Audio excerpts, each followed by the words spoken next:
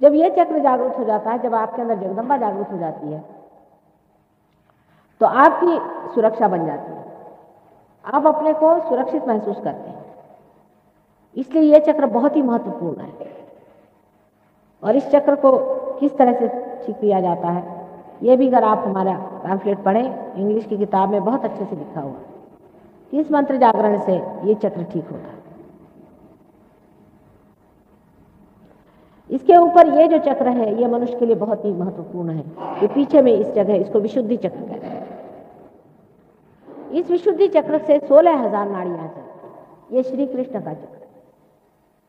इसमें श्री राधा कृष्ण बसते हैं। इसकी लेफ्ट साइड में विष्णु माया, आदि माया, जो कि उनकी बहन है, वो रहती हैं। और इस राइट साइड में रुक्मिणी और कृष्ण का स्थान। रामचंद्र जी का स्थान सुषुम्ना पद से हट करके इस साइड में, राइट साइड में,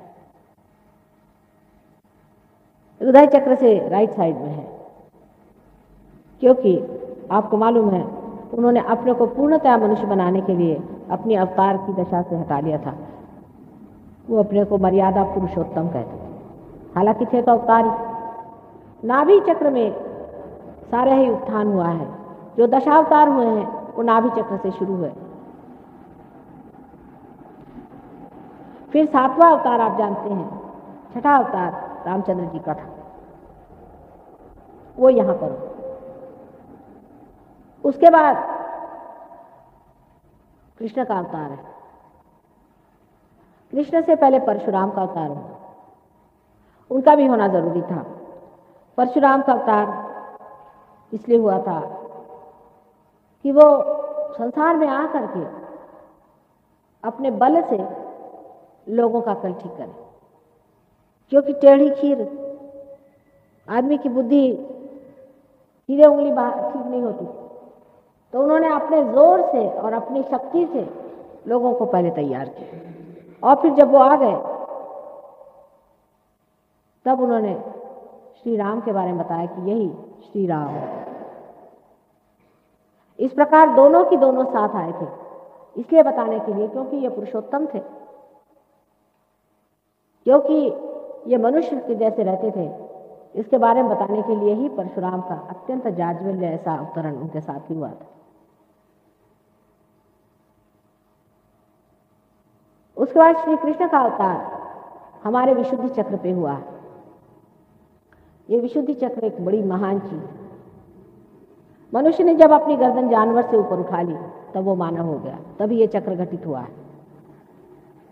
श्री कृष्ण जो है, ये विराट स्वरूप है। समझ लीजिए, ये एक विराट है, और इस विराट के अंदर आप छोटी छोटी पेशियां हैं। आप भी विराट के स्वरूप हैं। आप जब जागृत हो जाते हैं तो आप विराट से संबंधित हो जाते हैं। वही परमात्मा की शक्ति जिसे मैं कह रही हूँ, वही जो परमात्मा का साम्राज्य है, उसमें आप जागृत हो जाते हैं।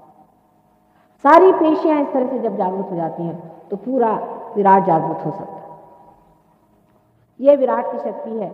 अब मोहम्मद साहब ने जो अल्लाह अकबर का नारा लगाया था, वो इसका मंत्र है। आपको आश्चर्य, ये उंगलियां कान में डालकर, ये उसकी उंगलियां हैं।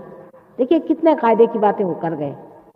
ये उसकी उंगलियां हैं, यही विशुद्धि की उंगलियां। अगर ये उंगली पकड़ जाए तो समझना चाहिए विशुद्धि चक्र पकड़ा। और आप अगर पूछेंगे तो बताएंगे भी कि हाँ, मुझे मेरा गला खराब। इस उंगली को कान में डाल कर जब आप सर ऊपर करते हैं और अल्लाह अकबर कहते हैं, अकबर का मतलब विराट से होता है, तो एकदम विशुद्धि चक्र खुल जाता है। आपके देहरादून में विशुद्धि चक्र ज्यादा पकड़ा। इसके अनेक कारण हो सकते हैं, उसको आप समझ लें जो भी आपके अंदर हो।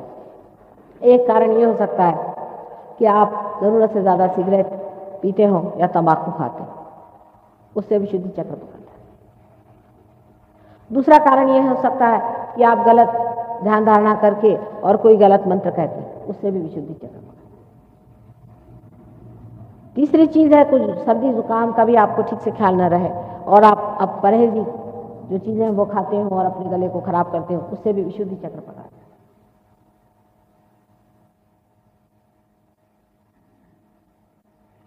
विशुद्धि चक्र इससे भी पकड़ा जाता है जब आदमी अपने को बहुत छोटा समझता है।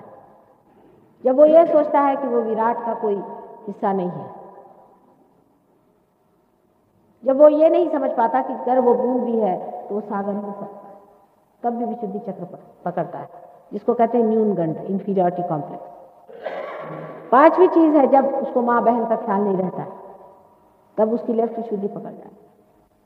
या जो आदमी बहुत क्रोध से बातें करता है और दुष्टता से व्यवहार करता है, उसका भी विशुद्धि पकड़ जाता है। ऐसे अनेक कारण हैं, उसमें से जो भी कारण हो उससे हमें मतलब नहीं। गले में ऐसी कंठमालाएं पहन ले। कल एक साहब आए हुए थे, पता नहीं आज आए हैं कि नहीं, जिन्होंने कोई माला पहनी, आप ही। उनके साथ ही एक साहब बैठे हुए थे, तो हमने उनसे कहा कि आप माला निकालिए, तो नाराज हो गए। फिर बाद उन्होंने निकाल भी दी। फिर आपसे हमने पूछा, ये अपने चुपचाप पहने बैठे हुए थे अंदर में, तो हमने इनसे पूछा कि आपके पिताजी कहाँ हैं, उनका स्वर्गवास हो गया। मैंने कहा आपने कुछ पहना है? कल हाँ, उनकी दी हुई कोई चीज़ है।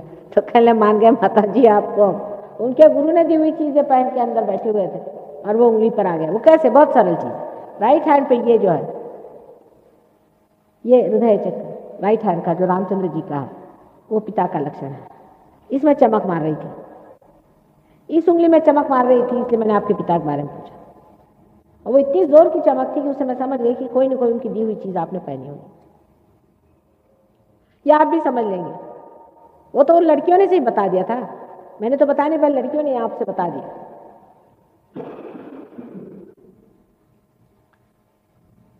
तो इस तरह से ये चक्र का पकड़ हो गई। जैसे इन्होंने माला निकाल दी, पार हो गए और इनके पास वो चीज आ गई। छोटी छोटी चीज पे लोग अटक जाते हैं। मैंने कहा भाई काशी का गंडा छोड़ दो, वही नहीं छोड़ते। हम आपको परम देने बैठे हैं, आप छोटी चीज को नहीं छोड़ रहे। अरे काशी के पंडे कैसे होते क्या पता नहीं, आपको मुझे बताना होगा। और उनका भेजा हुआ वो जो गंडा है वो किस काम का होगा, वो भी क्या बताना होगा आपको। 1 पैसे की चीज 1 रुपए में बेचते हैं, और इतने दुष्ट, इतने गंदे लोग हैं, सारे उस मंदिरों के वाइब्रेशंस भी खराब कर दिए। इसमें बुरा मानने कौन सी बात है? किसी बात का बुरा नहीं मानना है। सब आपके मंगल और कल्याण की मैं बात कर रही हूँ, सब कुछ आपके मंगल और कल्याण के लिए कर रही हूँ। ऐसी छोटी छोटी बातें लेकर के लोगों ने अपने को फंसा रखा। तो इस विशुद्धि चक्र की मैं बात कर रही थी कि जो विराट है, उसके बाद ये ऊपर का चक्र है। ये चक्र इससे बड़ा महत्वपूर्ण माना जाता है, आज्ञा चक्र है। आज्ञा चक्र बड़ा सकरा होता है, उसके अंदर से कुंडलिनी का निकलना कठिन हो जाता है। दोनों तरफ से जब ईगो और सुपर ईगो दोनों दबाते हैं तो ये चक्र और भी दब जाता है। जब आदमी किसी को क्षमा नहीं करता और रात दिन उसी के बारे में सोचता रहता है कि इसने मुझे ये सताया, उसने मुझे वो सताया, मुझे ये तकलीफ दी, वो तकलीफ दी, ऐसे आदमी का आज्ञा चक्र एकदम पकड़ जाता है। और जो लोग चश्मा लगाते हैं उनका भी आज्ञा चक्र कुछ कमजोर होता है शारीरिक दृष्टि। इस आज्ञा चक्र के भी अनेक रूप हैं, वो आप पढ़ेंगे तो आप, मेरे पास जो किताब है उससे आप पढ़ें, उससे आप देख सकते हैं कि काफी इन लोगों ने उस पर लिख दिया आज्ञा चक्र के बारे में। इस आज्ञा चक्र पे महाविष्णु का स्थान है। अब आप लोग महाविष्णु के बारे में जानते नहीं, लेकिन देवी भागवत जिसने पढ़ा होगा उसने महाविष्णु के बारे में पढ़ा है कि बहुत बड़ा ये अवतार माना जाता है, जो राधा जी का पुत्र था और वो संसार में आने वाला है, ऐसा 14,000 वर्ष पहले कहा गया था। और वही अपने ईसा मसीह साक्षात महाविष्णु के अवतरण है। अब मैं जो बात कर रही हूँ झूठ है सच है कैसे जानना चाहिए, इसका एक बड़ा आसान तरीका है। आपके जब वाइब्रेशंस आ जाए तो आप पूछिए कि क्या ईसा मसीह महाविष्णु के अवतरण है, वही आज्ञा चक्र पे है, फौरन वाइब्रेशंस आना शुरू। आज्ञा चक्र पे जो लॉर्ड्स प्रेयर है वो इसका मंत्र है, लेकिन वो साक्षात ओम और प्रणव के बने। सभी सहजियों से विनती है, हमारे इस चैनल को सब्सक्राइब करके सहज को फैलाने में हमारी मदद करें। जय श्री माता जी।